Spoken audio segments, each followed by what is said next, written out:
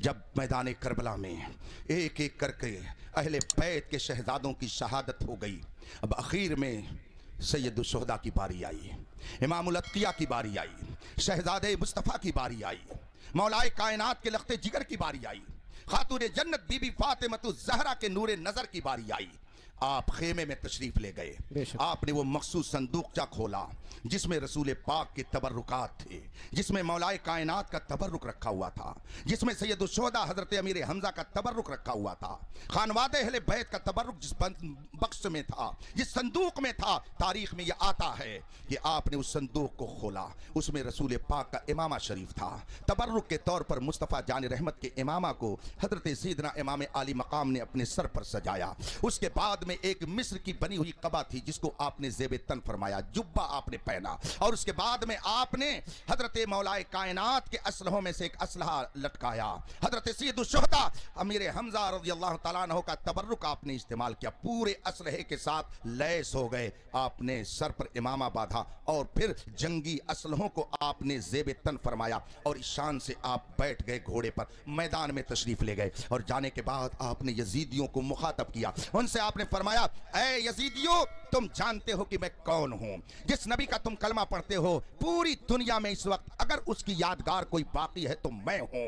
तुम जानते हो कि मैं कौन हूं, मेरे ही नाना का तुम कलमा पढ़ते हो और मेरे नाना पर ईमान लाने के सदक़े ही में तुम्हें हौज़े कौसर से पिलाया जाएगा। तुम जानते हो मैं कौन हूं, मौलाए कायनात अली मुर्तज़ा का मैं शहजादा हूं। तुम ये भी जानते हो मेरी माँ कौन है, खातून जन्नत फातिमतुज़ ज़हरा मेरी माँ है। मैं उनका इस दुनिया में तनहा लख्ते जिगर इस वक्त मौजूद हूं। तुम जिस नबी का कलमा पढ़ते हो उस नबी के निवासे के खून के प्यासे हो। तुम्हें क्या हो गया है, कल मैदान महशर में तुम मेरे नाना को क्या मुंह दिखाओगे कि तुमने मेरे साथ ये ज्यादती की। जब इमाम आली मकाम ने मैदान करबला में ये तकरीर फरमाई, उधर से आया वो सालिम और उसने कहा, कमांडर इन चीफ ने, हुसैन इस वक्त तकरीर की जरूरत नहीं है, हम आपका लेक्चर सुनने के लिए नहीं आए, बस दो में से एक काम करिए, या तो यजीद को अमीरुल मोमिनीन मान लीजिए, उसके हाथ पर बैत कीजिए, और या तो फिर आप जंग के लिए तैयार हो जाइए। इमाम आली मकाम ने फरमाया, मैं तो ये समझ ही रहा था कि तुम्हारी तरफ से यही जवाब आएगा, लेकिन मैंने चाहा कि चलते चलते इत्माम हुज्जत कर दिया जाए, तुम्हारे सामने आखिरी मौके पर तकरीर करके याद दिला दिया जाए, ताकि मैदान महशर में तुम कोई उज़्र ना पेश कर सको कि हमको बताया नहीं गया। चलते चलते मैंने तुम्हें हिदायत के लिए इस जुमले को इसीलिए इस्तेमाल किया ताकि तुम कल मैदान महशर में कोई उज़्र ना पेश कर सको। आपने इतनी बात कही और फरमाया, बुलाओ, भेजो तुम में से जिसको भेजना हो। नजर डाली गई, यजीदियों में कौन सबसे बहादुर इंसान है, कौन है कि जिसकी ताकत का पूरी दुनिया में शोहरा है और किसके जरिया हुसैन को जेर किया जा सकता है। नजर डाली गई तो मुल्क शाम का एक बड़ा नामी गिरामी पहलवान मैदान में उतारने के लिए लोगों ने सोचा, जिसका नाम तारीख में तमीम इब्ने कहतबा है। तमीम इब्ने कहतबा मुल्क शाम का बहुत नामी गिरामी पहलवान था। अमर इब्ने साद ने कहा, जाओ जाओ मैदान में, हुसैन से मुकाबले के लिए तुम हो। तारीख में आया है वो अपनी बहादुरी के नशे में झूमता हुआ मस्त हाथी की तरह मैदान में पहुंचा और उसके बाद उसने कहा, हुसैन जानते हो मैं कौन हूं? मुल्क शाम का वो नामी गिरामी पहलवान हूं कि मेरा नाम सुनकर के जमीन हिलने लगती है। न जाने कितने ऐसे पहलवान हैं, मेरा नाम सुनकर के उनके जिस्म में कपकपी तारी हो जाती है। हुसैन अभी भी वक्त है, कहा मान लो, इब्ने साद जो कह रहे हैं उसको तस्लीम कर लो, यजीद के हाथ पर बैत कर लो, उसको खलीफतुल मुस्लिमीन मान लो, वरना तुम्हारा अंजाम खैर नहीं होगा। मैं वो नामी गिरामी पहलवान हूं। जब उसने अपनी शेखी बघाड़नी शुरू की और डींगे मार चुका, इमाम आली मकाम ने भी वो शानदार खिताब फरमाया, ओ इब्ने कहतबा सन, अगर तू मुल्क शाम का नामी गिरामी पहलवान है तो तेरे सामने जो ये हुसैन खड़ा है ये कोई नामर्द नहीं है, इसकी रगों में फातह खैबर का खून गर्दिश कर रहा है। इसका बाप वो है कि जिसके हाथों से खैबर के किले के दरवाजे को उखाड़ करके फेंकने की तारीख रकम कर दी गई है। तुम इसे बुज़दिल समझते हो सन, मैं हुसैन इब्ने अली हूँ। मेरा बाप वो है जिसने खैबर के किले के दरवाजे को एक हाथ से उखाड़ करके फेंक दिया था। मैं कोई बुज़दिल नहीं हूँ। मेरी माँ वो है जिसे खातून जन्नत के होने का शरफ हासिल है। है। मैं फातिमतु ज़हरा का लख्ते जिगर हूँ, मौलाए कायनात फातिह खैबर का बेटा हूँ। तुम समझते हो कि तुम्हारे सामने कोई बुज़दिल खड़ा, आओ मैदान में। जब आपने ललकारा, उधर से इब्ने कहतबा ने तलवार चलाई और एक हमला हजरत इमाम आली मकाम पर किया। इमाम आली मकाम ने उसके हमले से अपने आप को बचाया, मगर सिर्फ बचाया ही नहीं बल्कि ऐसा वार किया कि ये वार वार से पार हो गया और फौरन ही वो दुश्मन जो अपनी ताकत के नशे में मौलाए कायनात के उस शेरे नर के सामने मुकाबले के लिए आया था, वो दो टुकड़े होकर के जमीन पर गिर गया और सारी ताकत का नशा हिरन हो गया। दुनिया ने देखा कि जालिम किस तरह से तड़प रहा है और दुनिया ने ये देखा कि तन्हा हुसैन 3 दिन का प्यासा किस तरह से अपनी बहादुरी का जौहर दिखा रहा है। बेशक सुभान अल्लाह, माशाअल्लाह। इतने लंबे चौड़े बहादुर को आपने कत्ल कर दिया, फिर भी आप कहते हैं कि हुसैन ने वाह भाई वाह, हुसैन ने सब्र किया। ये कौन सा सब्र है जरा बताइए तो। उधर से अगर जोरदार तकरीर है तो इधर से भी शानदार खिताब है। बेशक अगर वो हड़का रहा है तो इधर से भी रौब दिखाया जा रहा है। अगर उधर से तलवार है तो इधर से भी तलवार है, बल्कि इधर की तलवार ऐसी हुई कि उसका कोई जवाब ही नहीं बन पाया। फौरन वो दो टुकड़े होकर जमीन पर गिर गया। जब ऐसे बहादुर का ये अंजाम यजीदियों ने देखा, उनके खेमे में खलबली मच गई, सब परेशान हो गए। अब क्या किया जाए? 3 दिन के भूखे प्यासे की ये ताकत है, तो अगर इन्हें पानी और खाना रोज मिलता तब तो सारे यजीदियों को तनहा ये तह तय कर देते और फिर इन्हीं का शोहरा होता। अब कौन मैदान में आएगा? तो एक दूसरा पहलवान निकला।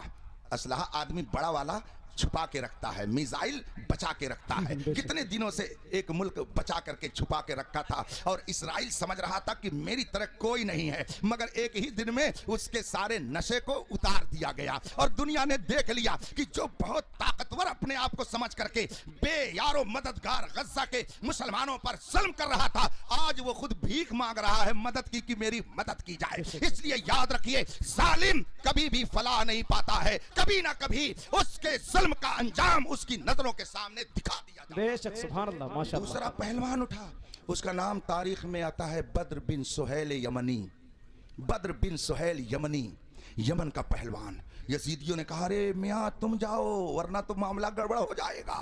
ये शहजादे मौलाए कायनात शेरे खुदा के बेटे तने तनहा इन्होंने इतना बड़ा महासवाल रखा है, जाओ बहादुरी का जौहर दिखाओ, सर काट करके हुसैन का लाओ। ये बेवकूफ समझा कि बस अब तो मैं 30 मार खा हो जाऊंगा और सर काट करके ले आऊंगा तो कहीं ना कहीं का गवर्नर बना दिया जाऊंगा, हुक्मरान बना दिया जाऊंगा। दौलत की लालच में, इख्तिदार की लालच में बद्र बिन सुहैल की भी मत मारी गई थी, वो भी आगे बढ़ गया और जाने के बाद उसने मैदान में कहा, ए हुसैन मुझको इब्ने कहतबा मत समझना, मैं यमन का हूँ, यमन की ताकत बहुत जोरदार है। मैं वो पहलवान हूँ कि मेरी पहलवानी का तस्करा शर्क़ो ग़र्ब में है, शिमालो जनूब में है, पूरे अरब के खित्ते में मेरी पहलवानी का जिक्र किया जाता है। मैं वो बहादुर हूँ, मुझे इब्ने कहतबा मत समझना। इमाम आली मकाम ने भी उसके डायलॉग का जो जोरदार जवाब दिया है कि वो भी तारीख के और आँख में महफूज है। हासिल कलाम आपने फरमाया, सुन उसका अंजाम देख लिया है, आ तू भी आजा, अपनी ताकत तू भी आजमा ले। उसने वार किया,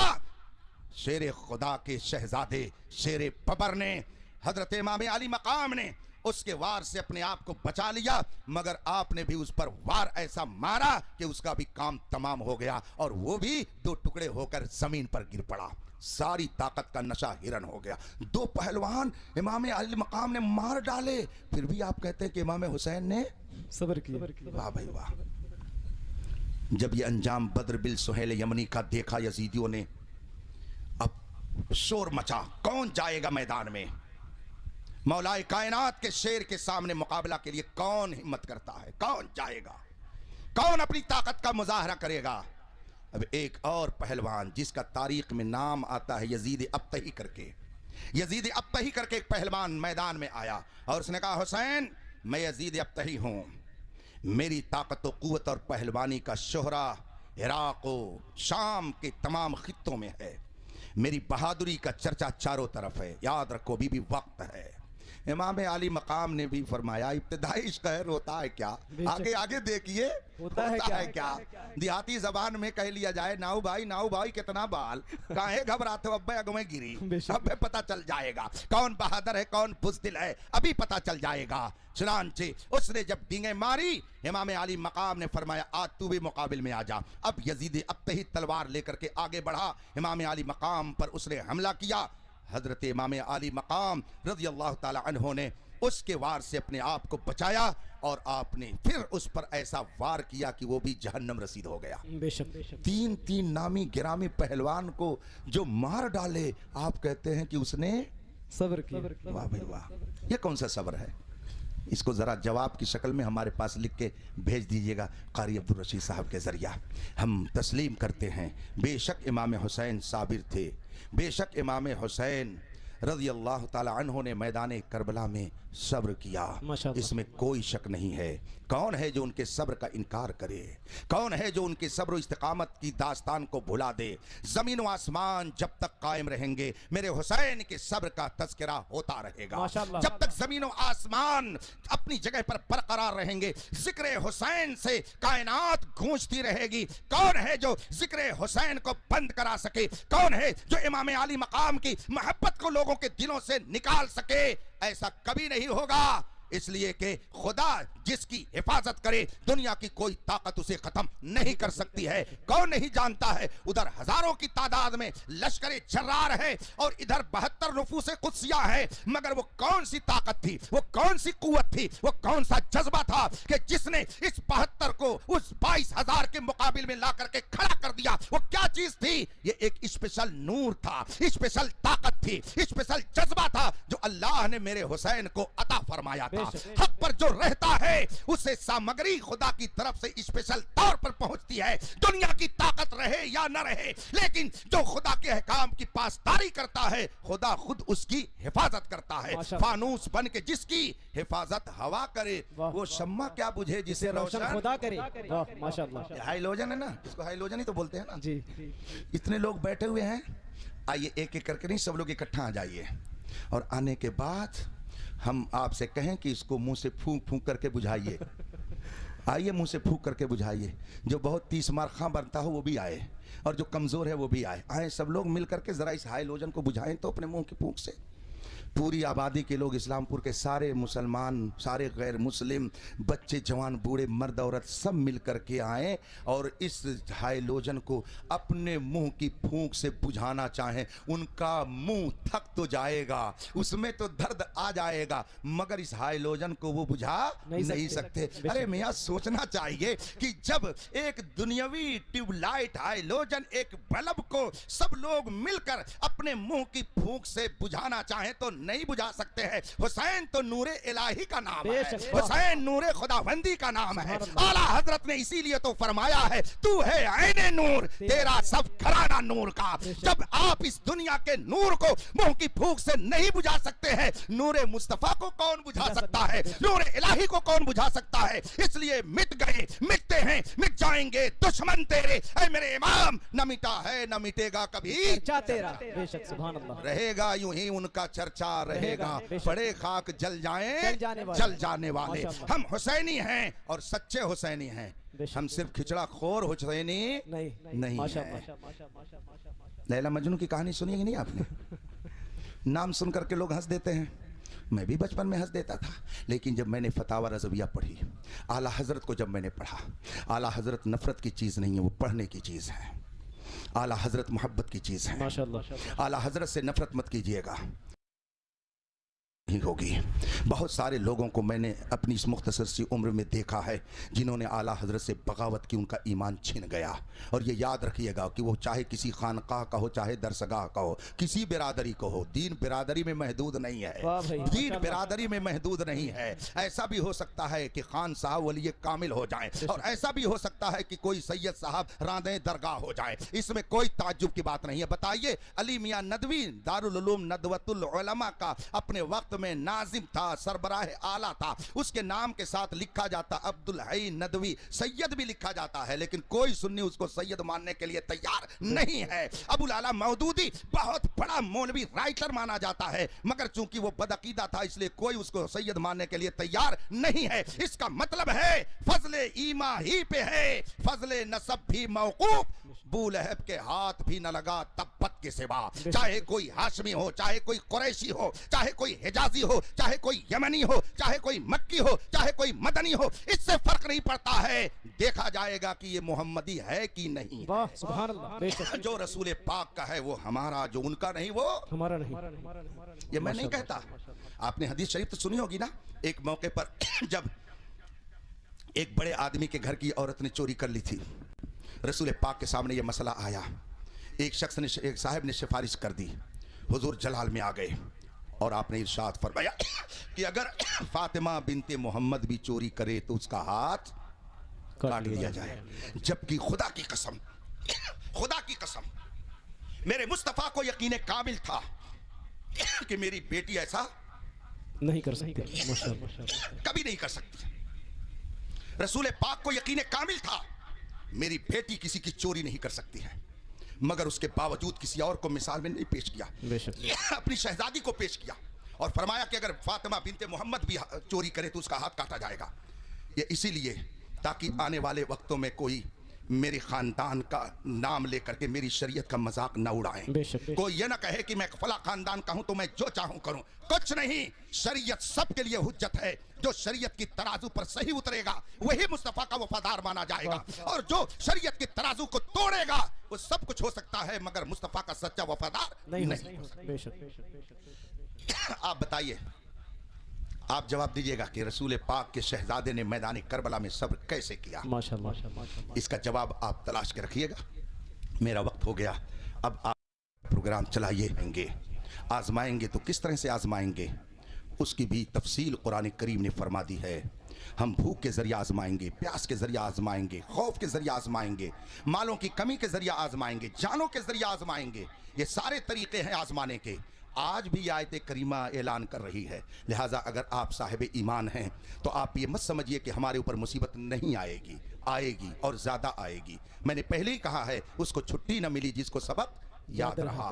अल्हम्दुलिल्लाह हमको और आपको सबक याद है, इसलिए हमको छुट्टी नहीं मिलनी है। और अगर आपने अपना मकसद ज़िंदगी समझ लिया तो इंशाअल्लाह आप भी साबिर हो जाएंगे, सच्चे हुसैनी हो जाएंगे। मैं ये अर्ज़ कर रहा था कि आला हज़रत पढ़ने की चीज़ है, जब उनको पढ़ेंगे तो इल्म के दरवाजे खुलेंगे। लैला मजनू की बात जब मैं बचपन में सुनता था, आप ही की तरह मैं भी हंसता था, लेकिन जब मैंने फतावा रज़विया शरीफ का मुताला किया तो पता चला कि मजनू ये कोई पागल नहीं था, कोई दुनियावी दीवाना नहीं था, ये अल्लाह का वली था, आरिफ बिल्लाह था, अपने वक्त का वली कामिल था, और मोहब्बत खुदावंदी को उसने लैला की शक्ल में छुपा रखा था। वो वली कामिल था अपने वक्त का। लैला ने एक मर्तबा उसकी दास्तान सुनाना शुरू किया तो लैला की एक नौकरानी थी। उस नौकरानी ने लैला से कहा, मखदूमा साहिबा आप तो बड़ी तारीफ़ करती हो मजनू की, मगर आपके तो इतने मजनू हैं कि मैं गिनी नहीं पाती हूँ। लैला ने कहा कि नहीं तुम गलत कह रही हो। नौकरानी से कहा तुम गलत कह रही हो। कहा नहीं आपके बहुत मजनू हैं। लैला ने कहा नहीं मेरा सिर्फ एक मजनू है। कहा नहीं आपके बहुत मजनू हैं। कहा नहीं, कहा आजमा लो। कहा ठीक है आजमाया जाएगा। लैला ने कहा हलवा तैयार करो। नौकरानी ने हलवा तैयार किया, तशरी में रखवाया, ऊपर से उसको ढकवा दिया कपड़े से और कहा लेकर के जाओ और जो मजनू हो उसको बुलाओ और कह दो कि लैला ने उसके लिए हलवा भेजा है। नौकरानी हलवा की तश्तरी लेकर बाहर गई और उसने आवाज़ लगाई, कौन है मजनू आए, लैला ने उसके लिए हलवा भेजा है। अभी 5 मिनट भी नहीं गुजरे थे, पूरा घर का सहन भर गया। इतने मजनू इकट्ठा हो गए, लाओ मुझे लाओ मुझे लाओ मुझे लाओ। थोड़ी देर में सारा हलवा ख़त्म हो गया। लैला की नौकरानी गुस्से में भरी हुई आई और लैला के सामने तश्तरी को पटक करके बोलने लगी, माफ़ करना मखदूमा साहिबा, आप कह रही थी कि मेरा मजनू सिर्फ एक है, बाहर देखो जाकर के कितनी भीड़ लगी हुई है, कितने मजनू हैं। मेरी बात सही है, आपकी बात सही नहीं है, बाहर जाकर के देखिए कितने मजनू हैं। लैला ने दिल ही दिल में कुछ और प्लान बनाया। कहा ठीक है थोड़ी देर ठहरो, रुके रहे। उसके बाद लैला ने कहा कि जाओ तश्तरी को साफ धुल करके ले आओ। तश्तरी सीनी तश्त धुल करके मजनू लैला की नौकरानी ने पेश कर दिया। कहा छुरी ले आओ, छुरी ला करके रख दिया। कहा उसी कपड़े से फिर ढक दो, कपड़े से उसको ढक दिया और कहा अब जाओ ले करके और कहो जो मजनू है वो आगे आए। लैला ने उसके जिस्म के गोश्त का एक टुकड़ा मांगा है। ये नौकरानी तश्तरी लेकर बाहर निकली। जो लोग हलवा चाट रहे थे वो समझ रहे थे कि फिर दोबारा मेहरबानी हो गई है, दोबारा आ गया है हलवा। अभी उसने तश्तरी को ऐसे ऊपर किया कि बगैर बुलाए भीड़ लग गई। मुझे दो मुझे दो मुझे दो। लैला की नौकरानी ने कहा ठहरो, मिलेगा सबको मिलेगा, घबराओ नहीं, साइलेंट। सब लोग अपनी जगह पे रुक गए। लैला की नौकरानी ने कपड़ा हटाया, छुरी हाथ में लिया और कहा कौन है मजनू आगे आए। मजनू कौन है आगे आए। लैला ने उसके जिस्म के गोश्त का एक टुकड़ा मांगा है। अब इतना सुनना था, ये जितने हलवा खोर मजनू थे सब गायब। एक एक करके सब बगले झांकते हुए भाग गए। पूरा मैदान खाली हो गया। लैला हैरत से कड़ी तक रही है, मजनू किधर गए, इतने सारे मजनू थे सब किधर गए। पूरा मैदान खाली। थोड़ी देर के बाद एक कांपता कांपता नहीं वो नजार कमजोर आगे बढ़ा, बाल उलझे हुए, कपड़े गंदे। उसने छुरी हाथ में ली और उसने फौरन गोश्त का टुकड़ा काट करके देना शुरू किया। मगर फौरन ही उसने कहा कि नहीं, जा करके लैला से पूछ करके आओ कि उसे जिस्म के किस हिस्से का गोश्त चाहिए। मैं अपनी मर्जी से नहीं, उसकी मर्जी से टुकड़ा देना चाहता हूँ। इतना जो उसने कहा, लैला की नौकरानी ने छुरी हाथ में लिया और जाने के बाद लैला से कहा माफ करना, मैं तो समझ रही थी कि वाकई तेरे मजनू बहुत हैं, मगर आज समझ में आया कि मजनू सिर्फ एक है, बकिया सब हलवा खोर मजनू हैं। इसी तरीके से इस जमाने में खिचड़ा खोर हुसैनी बहुत मिलेंगे, खिचड़ा खोर हुसैनी बहुत दिखाई देंगे, मगर वो हुसैनी कि जो मैदान में उतर करके हर एक बाअज़मत की अजमत की हिफाजत करता है, उसका नाम इमाम अहमद रजा है। वो है इमाम अहमद रजा। जब हिंदुस्तान के अंदर तहरीक वहाबियत चली और अल्लाह के बारे में किताब में लिखा गया, खुदा झूठ बोल सकता है, किताब में लिखा गया हुजूर के बाद दूसरा नबी आ सकता है, किताब में लिखा गया नबी को तो पीठ पीछे की खबर नहीं है, किताब में लिखा गया नबी मरकर मिट्टी में मिल गए, किताब में लिखा गया वली कुछ नहीं दे सकते हैं, किताब में लिखा गया उनके जहां जाना शिर्क और बिदअत है। जब ये सारी तहरीकें चल रही थी, कौन खानकाह थी जहां से कोई जियाला मैदान में उतरा था, कौन सी दरसगाह थी, कौन सी खानकाह थी, हिंदुस्तान का वो कौन खित्ता था जहां से उलमा मैदान में आए और उन्होंने हर एक बातिल ताकत का मुकाबला किया। मजनू तो बहुत नजर आ जाएंगे, मगर सच्चा हुसैनी मजनू वो बरेली का अहमद रजा, जिसने मैदान में उतरकर 1000 किताब लिखकर हमारे अकीदे की हिफाजत फरमाई। उधर से अगर कोई मौलवी कहता कि नबी मरकर मिट्टी में मिल गए, इधर से इमाम अहमद रजा कहता तू जिंदा है वल्लाह, तू जिंदा है वल्लाह, मेरी चश्मे आलम से छिप जाने वाले। उधर से कोई मौलवी कहता नबी कुछ नहीं दे सकते, उनसे कुछ मत मांगो, इमाम अहमद रजा कहता कौन देता है, देने को मुंह चाहिए, देने वाला है सच्चा हमारा नबी। उधर से अगर कोई मौलवी कहता नबी को तो पीठ पीछे की खबर नहीं, इधर से मेरा रजा कहता और कोई गैब क्या, तुमसे नेहा हो भला, जब ना खुदा ही छुपा तुम पे करोड़ों दुरूद। उधर से अगर कोई कहता या रसूल अल्लाह मत कहना ये शिर्क है, इधर से इमाम अहमद रजा ललकार करके कहते गैज में जल जाएं बेदीनों के दिल, या रसूल अल्लाह की कसरत कीजिए। उस जात का नाम इमाम अहमद रजा है जिसने हमें मोहब्बत अहले बैत भी सिखाई और सहाबा की अजमत का तरीका भी उसने हमें अता फरमाया। बेशक माशाअल्लाह। इसलिए रफीकार मोहतरम मसल के आला हजरत पर कायम रहिए, सच्चे हुसैनी बन के रहिए। हलवा खोर और खिचड़ा खोर हुसैनी बनने से कुछ नहीं होता है। ये 10 रोज काला कपड़ा पहन करके हुसैनी नहीं बन सकते हैं। इमाम अली मकाम ने मैदान करबला में, आखिर आपने पढ़ा ना, इमाम अली मकाम ने वहां भी नमाज अदा फरमाई, सजदा किया, और ये कैसे हुसैनी है, सिर्फ काला कपड़ा पहन लिया, साल में शायद जुमा भी ना जाते हो, ईद भी ना जाते हो, और पक्के हुसैनी। हुसैनियत ये नहीं है कि शरीयत का मजाक उड़ाया जाए, हुसैनियत ये है कि शरीयत की हिफाजत में अपना सब कुछ कुर्बान कर दिया जाए, फिर भी कह दिया जाए कि हक तो ये है कि हक अदा ना हुआ।